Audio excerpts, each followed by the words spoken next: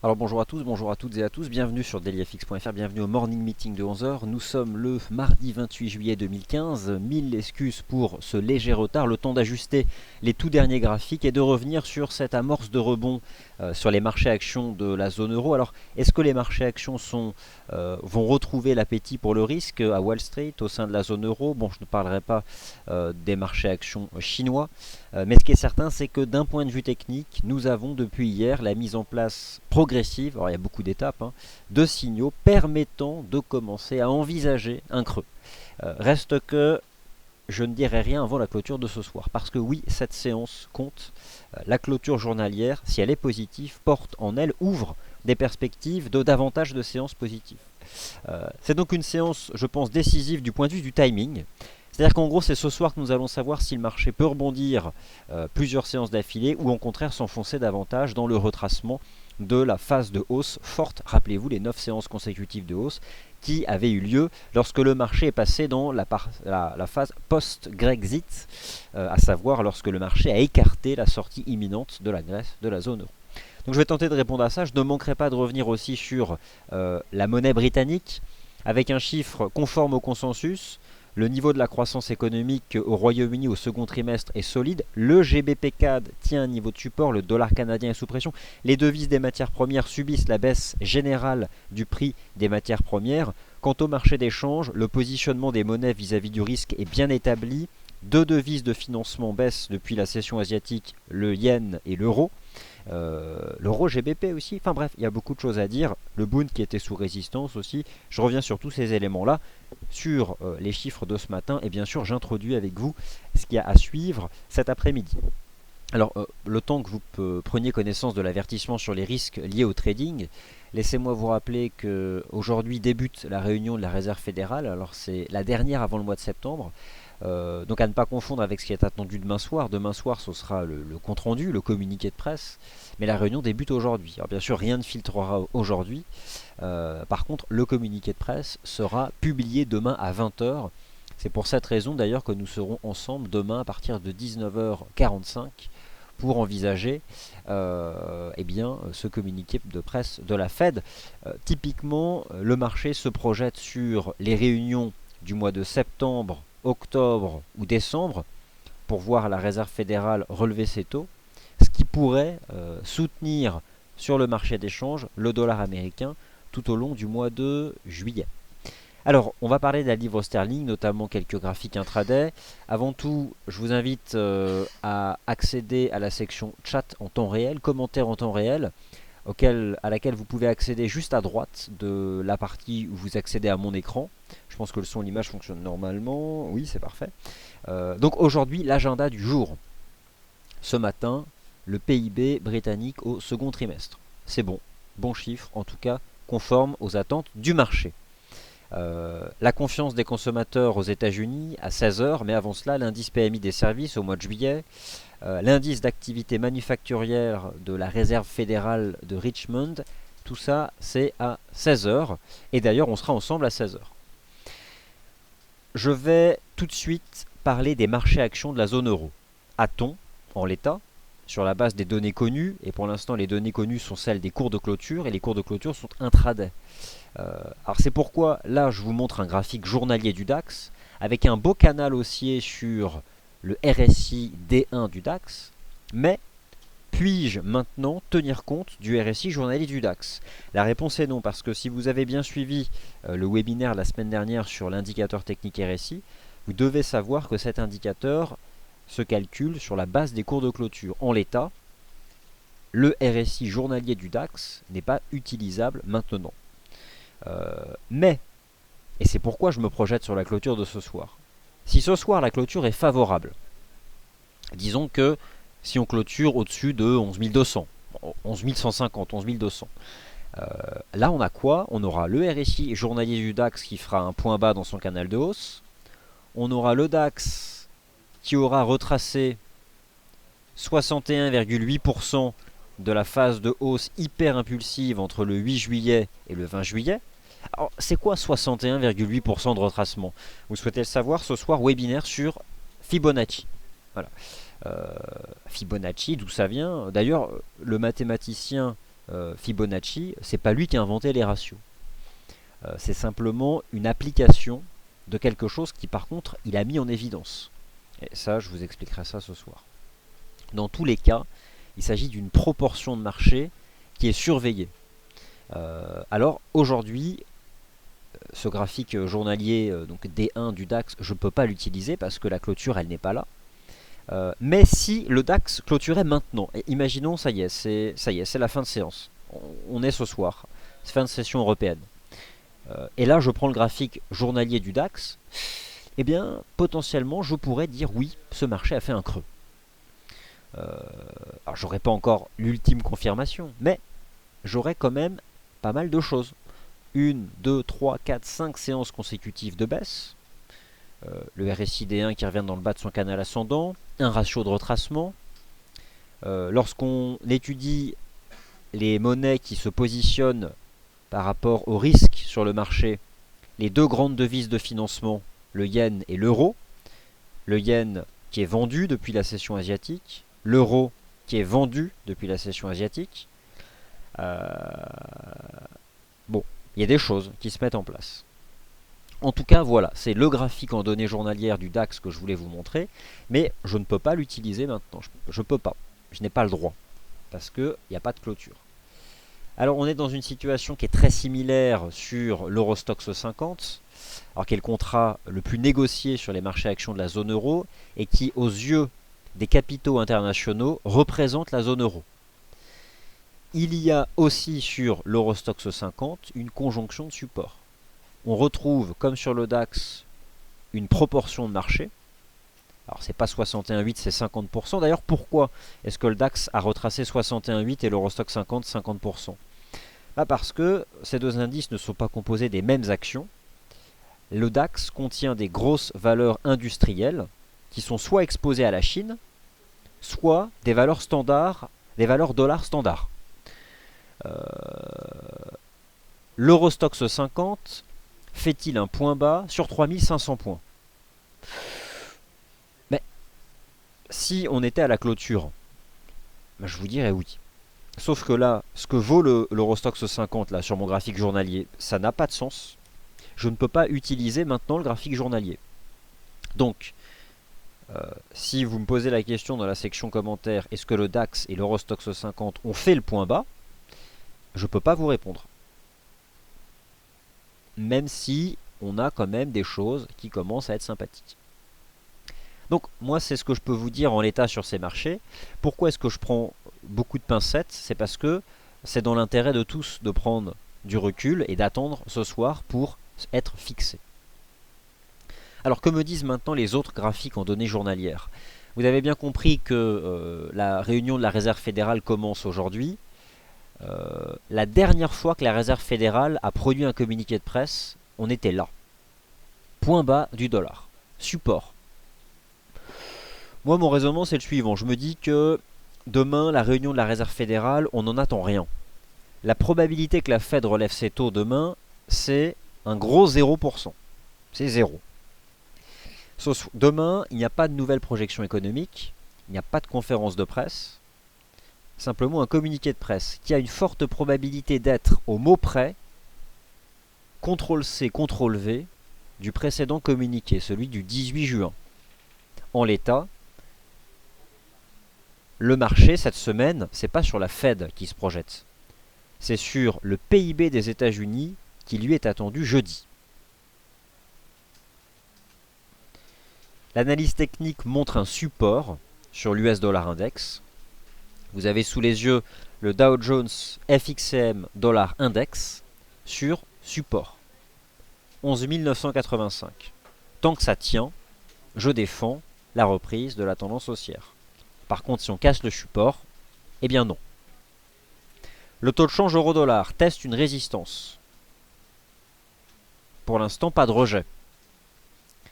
La ligne de tendance baissière en place depuis l'été 2014, qui a notamment été testée le 18 juin, où le taux de change euro-dollar avait en D1 fait une shooting star sous l'oblique au lendemain de la réunion de la Réserve fédérale. Va-t-on demain connaître le même scénario? Tant qu'on est sous résistance, on l'est, mais on ne casse pas de support. On a quand même un canal de hausse qui soutient le taux de change euro-dollar depuis le 21 juillet. Pourquoi l'euro-dollar rebondit depuis le 21 juillet? Pour deux raisons. La première, l'euro est une devise de financement, et donc l'euro remonte avec la baisse des marchés actions. C'est ce qui s'est passé depuis la semaine dernière. Et si les marchés actions devaient établir un creux, le taux de change euro-dollar pourrait rester sous cette résistance. Et puis bien sûr, il faut aussi prendre du recul, l'euro-dollar n'est pas l'euro-index. L'euro-dollar, c'est l'euro-dollar, donc il y a le dollar. Le dollar US qui pourrait être acheté dans le sillage de la réserve fédérale et tout au long du mois d'août. Bon, là je vous montre volontairement des graphiques en données journalières, mais je ne vais pas y rester trop longtemps sur les graphiques en données journalières. C'est simplement pour repréciser le cadre du marché. Les matières premières qui sont globalement sous pression, ça vous l'avez compris. Actuellement, l'once d'or fait un range. Je pense que le range peut encore un peu durer, mais j'estime qu'on en sortira par le bas. La première résistance est à 1120. Je pense d'ailleurs que l'once d'or ne refranchira pas les 1120, mais qu'il ira d'abord chercher 1050. Par contre, là, on n'est pas sous résistance. Mais si l'once d'or devait aller chercher 1120 $, honnêtement, ça se vend. Mais là, on peut faire un range. D'ailleurs, on a fait un mât de baisse. On fait un range.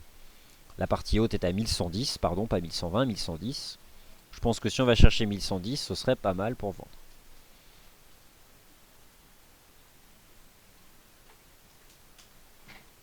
Alors, je vais revenir sur quelque chose qui, moi, m'intéresse. Il y a souvent... Je reviens sur ce réflexe, ce mauvais réflexe que peuvent avoir certaines personnes qui utilisent indicateurs techniques RSI, vouloir acheter quand c'est survendu. Le pétrole est survendu en D1 depuis 53 $.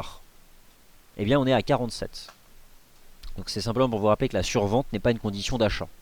D'ailleurs, la survente, c'est un mauvais terme sur le RSI. Ça ne veut rien dire survente.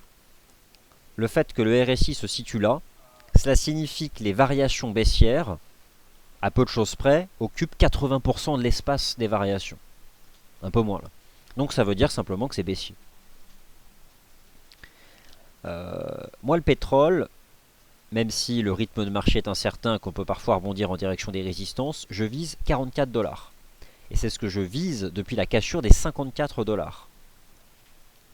Le fait qu'on avait validé un double bottom le 15 avril, en cassant ce niveau, eh bien la séance du 6 juillet a neutralisé les effets du double bottom, et donc ce marché va baisser cet été. Aux directions des 44 $.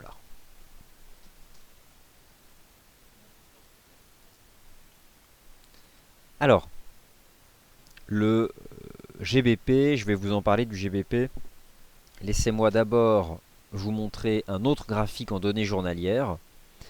Un graphique en données journalières des marchés actions US, le Dow et le SP500. Alors, le SP500, lui, il a retracé une bonne partie aussi de sa phase de hausse qui avait eu lieu entre le 9 juillet et le 20 juillet. Le Dow Jones, lui, revient sur le plus bas du 6 juillet. Le Dow Jones, il est sur support. Il est revenu ici, le Dow. Il est sur le point bas, sur le marteau là qu'on avait fait le 6 juillet. Alors, je vais jeter un œil au RSI du Dow Jones pour voir ce que cela donne. Et qu'en est-il? Donc on a en plus sur le Dow ce niveau-là. On a une belle ligne de tendance d'ailleurs. Le Dow teste une ligne de tendance qui remonte à l'année 2011 et 2012. Le Dow est sur support.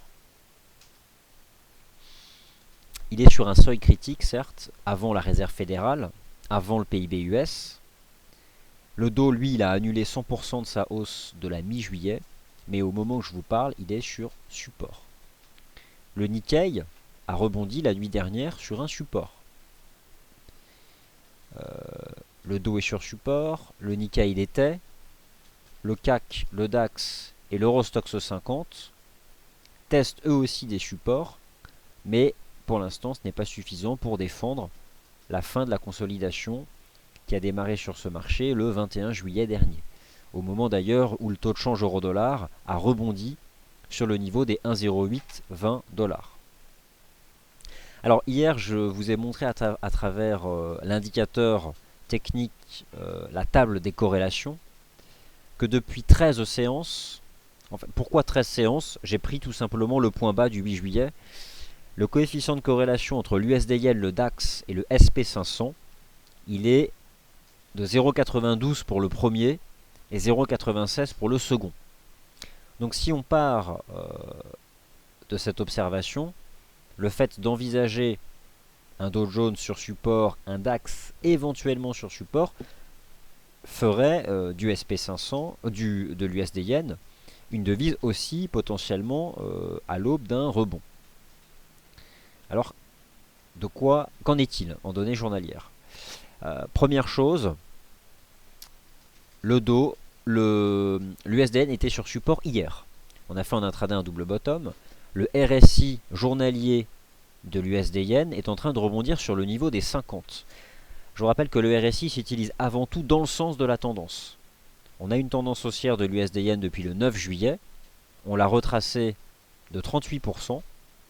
Et le RSI qui lui avance avec les prix semble vouloir rebondir sur le niveau des 50. C'est-à-dire que tant que la lecture du RSI reste supérieure à 50, cela signifie que sur 14 jours, la représentation des variations haussières dépasse 50%. Donc l'analyse technique de l'USD-Yen, mais ça je vous en ai parlé hier, de l'USD-Yen. J'estimais que les acheteurs pouvaient se remobiliser sur 123. Eh bien, c'est ce qui s'est passé. Reste que j'ai aussi besoin de la clôture de l'USD-Yen de ce soir. Donc, pour résumer mon propos sur le positionnement des investisseurs vis-à-vis des actifs risqués,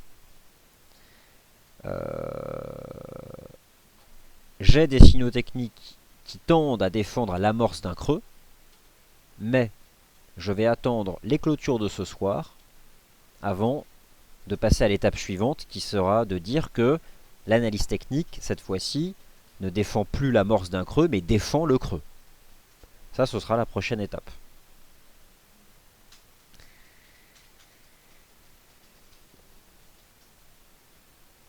Alors, sur les graphiques en données journalières, c'est tout ce que je voulais vous montrer. Bien sûr, je vais revenir sur quelques graphiques en données journalières de la livre sterling, puisqu'on a pris connaissance ce matin de la première estimation du niveau de la croissance économique au Royaume-Uni.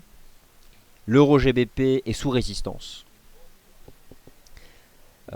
Qu'attendions-nous ce matin et qu'est-ce que le marché a fourni comme indication? Eh bien, le marché attendait 0,7% de croissance d'un trimestre à l'autre. Il a eu 0,7. 2,8 en rythme annuel, 2,6 pardon. Il a eu 2,6. En données journalières, pour l'instant, l'euro GBP est en train d'échouer sous l'oblique de résistance. On va avoir avec la clôture ce soir. Et potentiellement, ça pourrait être le point haut sur l'euro GBP. Mais pour ça, il faudrait casser ce canal. Et pour l'instant, on n'a pas cassé le canal. Mais bon, voilà. Ça pourrait, si on clôture sous les 0,7050, l'euro GBP pourrait retomber. Alors, pour les graphiques en données journalières, c'est tout ce que je voulais vous montrer ce matin. Le contrat de taux Bund est sous résistance. Cette résistance-là, je pense que ce marché peut connaître des prises de bénéfices. Après, je pense aussi toujours que le Bund a établi un creux majeur au-dessus des 148,50. 50% de retracement de toute l'avancée du marché depuis l'été 2013. Je serai désormais davantage neutre dans cette zone-là. Mais à court terme, voilà, ce marché s'établit actuellement donc sous résistance. Et il est possible que l'on consolide en direction de cette première ligne de tendance Alors est-ce qu'on peut envisager un canal sur ce marché? Oui, vite fait, faut pas non plus, pourquoi pas cela, mais bon, dans tous les cas, voilà, on arrive quand même sous résistance. Donc voilà, ça fait partie des choses que je surveille. Bon, pour les graphiques en données journalières, c'est tout ce que je voulais vous montrer. Alors maintenant, on bascule sur l'intraday. J'étudie avec vous les paires en livres sterling pour réagir à cette statistique, donc le PIB britannique du T2. Et puis cet après-midi, on va surtout se concentrer sur les paires en dollars. C'est ce qui compte, hein, naturellement. Alors, qu'en est-il? L'euro GBP, signal de vente. Échec sous l'oblique. J'ai la cassure d'une ligne de tendance en H4. C'est baissier. C'est cette fameuse oblique. Le cours rejette. La livre sterling est recherchée. L'euro GBP entame un mouvement de baisse. Le GBP CAD pourrait sortir par le haut d'une structure en fanion. Alors ce sont des petites configurations de chartistes qui généralement s'inscrivent dans la partie supérieure d'une jambe de hausse, d'un mouvement vertical. Ce qui est bien avec le GBP CAD, c'est qu'on comprend fondamentalement pourquoi ça monte, et techniquement c'est très limpide. Impulsion, range, impulsion, et là on est dans un... Je l'ai entendu, oui, en effet je l'ai entendu, un range. Et ce range, il a une forme chartiste bien connue, qui est celle d'un fanion. Alors on vous proposera prochainement à nouveau un webinaire sur les bases de l'analyse chartiste. Mais tant que ce marché évolue dans le fanion, j'envisage la sortie par le haut et un objectif à 2,05. Par contre, au moment où je vous parle, on teste la partie haute du fanion. Donc on est sous résistance. Et cette fois-ci, ce sont les règles du money management, et notamment de gestion du risque, qui invitent à ne pas acheter sous résistance. Pourquoi? Parce que malheureusement, le stop de protection qui gère à l'avance le risque financier, lui se place sous un support. Et si on est sous résistance, ça veut dire que les supports sont loin du niveau actuel des cours. Donc si vous achetez maintenant, vous acceptez un risque financier conséquent. Le timing n'est tout simplement pas bon. Sauf si on considère que l'apex de la figure, 2,0230, est un support. Mais bon, là, franchement, ça ne me paraît pas être un bon timing.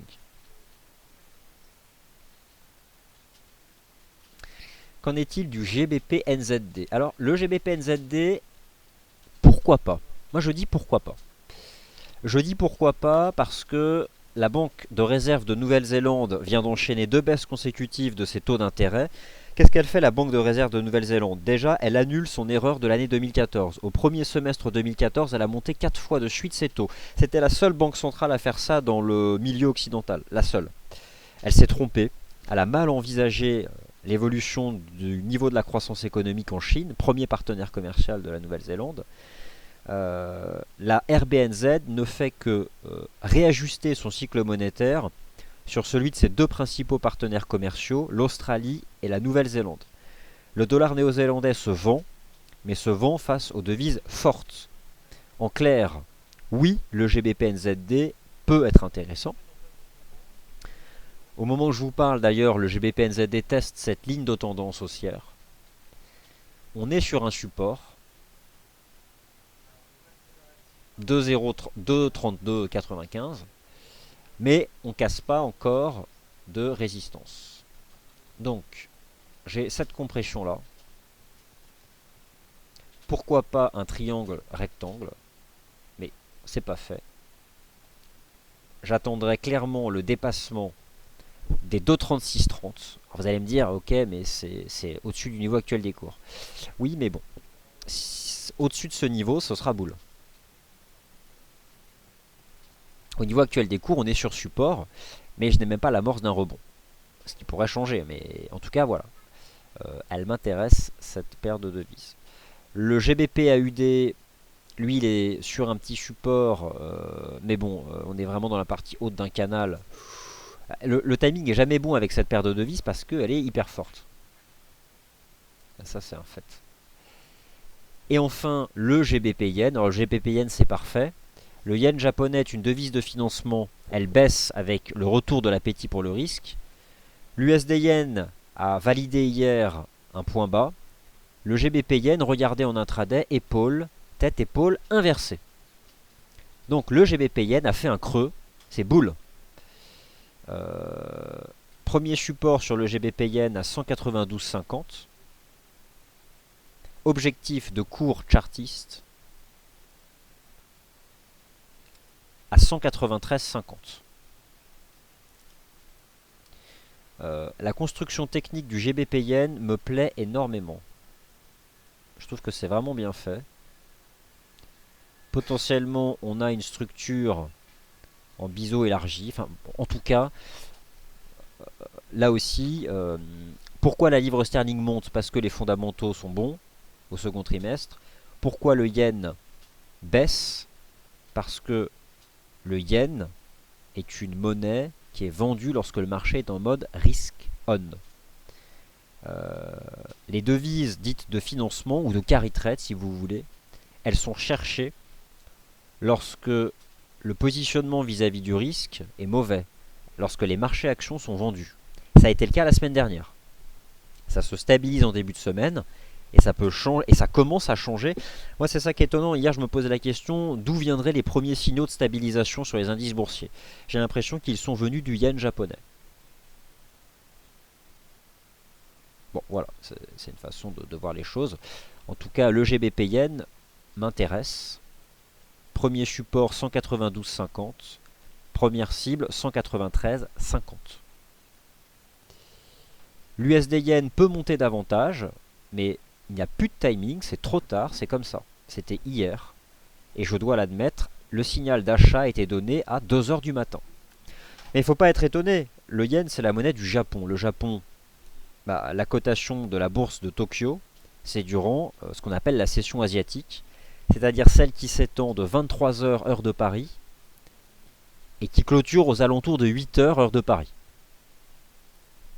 Donc l'USD yen c'est haussier, je pense que ça peut encore monter, mais vous ne pouvez pas adopter maintenant une stratégie d'achat sur l'USD yen parce que je ne sais pas franchement où mettre le stop. C'est un peu différent sur le GBP yen. Pourquoi pas le GBP yen? Alors le DAX, bon, je vous en ai parlé en données journalières, je vous ai dit que j'attendais la clôture de ce soir. Après, bon, je dois admettre qu'en données horaires, le marché a validé une divergence haussière standard, qui pour l'instant se traduit par un rebond technique au-dessus des 61,8% de retracement. En effet, on sort par le haut d'un petit canal de baisse en données horaires. Donc à court terme c'est haussier, mais c'est simplement pour l'instant pour la séance. Si jamais on fait une belle clôture journalière, oui je vous dirais qu'on a fini de baisser pour de bon. Et dans ces cas-là qu'on pourrait remonter à 11 400. Pour l'instant, je pense qu'aujourd'hui on peut rebondir en direction des 11 230. 11 230 sur le DAX. Et on peut remercier le support du Dow Jones.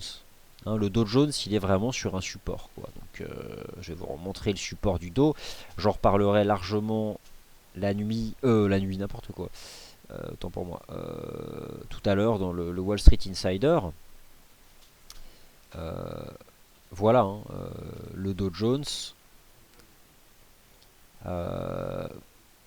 Qu'est-ce qu'on a fait sur le Dow Jones? En données H4. On est en effet, le RSI H4, il est sorti par le haut d'un espèce de biseau descendant. Mais pour l'instant, c'est juste rebond technique, quoi. Donc, ce n'est pas autre chose. Donc, on verra. On rebondit sur des supports, mais j'ai pas encore assez d'éléments pour vous dire que la baisse est terminée. Hein. Franchement. Et je ne dis pas ça. Réellement, je ne dis pas ça. Alors maintenant, on en vient à l'euro-dollar. Que se passe-t-il sur l'euro-dollar? Deux choses. Première chose, le dollar US est sur support. L'US dollar index.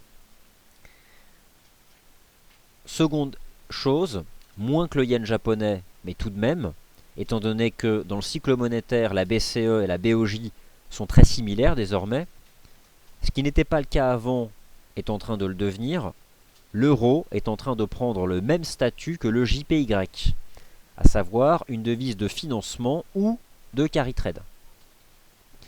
Donc l'euro a un peu baissé durant la session asiatique parce que les marchés actions tentent de rebondir. Mais à court terme, l'euro-dollar, il est resté bloqué sous une oblique de résistance, mais il n'y a pas cassé de support. On est dans un petit canal de baisse depuis l'ouverture des marchés actions en Asie. On reste à l'intérieur, mais pour l'instant, on tient les indices 50. Donc c'est neutre. Il faudra vraiment briser les indices 50 pour envisager davantage de baisse. Qu'est-ce qui peut agir cet après-midi? Des statistiques américaines. À 15h45, l'indice PMI des services. À 16h, la confiance des consommateurs. Et à 16h, l'indice d'activité manufacturière de la Réserve fédérale de Richmond. Voilà. Eh bien, en gros, voilà, il est 11h39. Je vais regarder vos questions.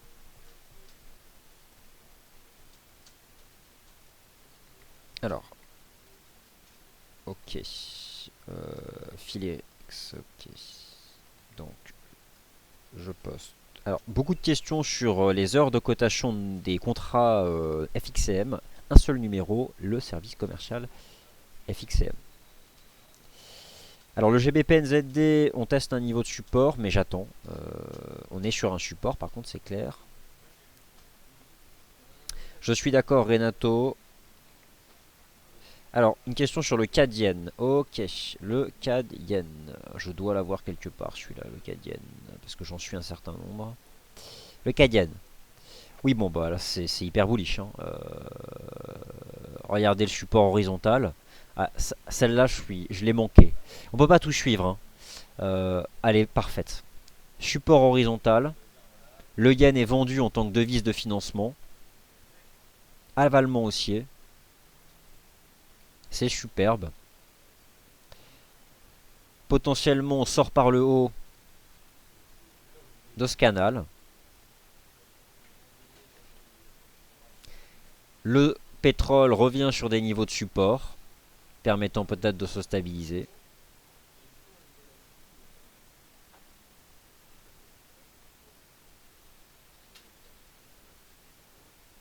Bon, je ne m'emballe pas encore, mais je pense que ce marché peut remonter en direction des 96. On a cette zone de support sur le CAD Yen. Surtout parce que je pense que le yen va être à nouveau sous pression.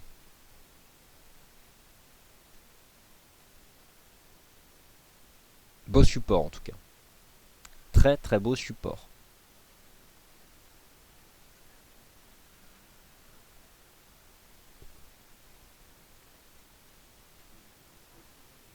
Alors l'US dollar index c'est 25% euro dollar, 25% GBP USD, 25% USD yen et 25% AUD USD. Bonjour Ludo, en effet nous avions d'ailleurs un graphique très similaire ce matin, toi et moi et d'autres sur le DAX. Donc on peut envisager cette reprise. Voici le graphique en 30 minutes de Ludo sur le DAX.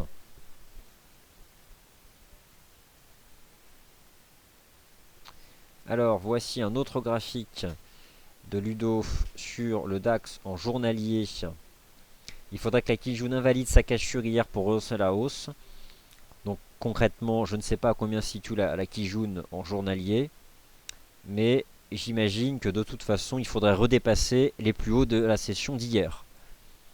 Donc en gros, ce que nous dit très bien Ludo, c'est qu'il faudrait voir le DAX refranchir les plus hauts d'hier en données journalières pour être vraiment sorti d'affaires. La cassure, si c'était le cas sur l'euro dollar des indices 50 pour aller baisser en direction des indices, serait aussi une très bonne chose. En termes de timing, le GBP-NZD c'est propre. Si vous êtes à la recherche d'un niveau de prix pour gérer le risque, c'est bien le GBP-NZD. Merci Ludo, 11 230 pour la Kijun d'hier. Ok. Alors, il est 11h45. Merci d'avoir été attentif. Moi, je vous retrouve à 15h15 pour toutes les statistiques américaines. Ce soir à 18 h pour un webinaire spécial sur les ratios de Fibonacci. Ce sera bref, mais je vais rappeler l'essentiel. D'où ça vient, comment ça s'utilise. Et point. Ce sera court, mais il dira l'essentiel. Merci à toutes et à tous. Ne tradez jamais contre la tendance. Allez, à tout à l'heure. Merci.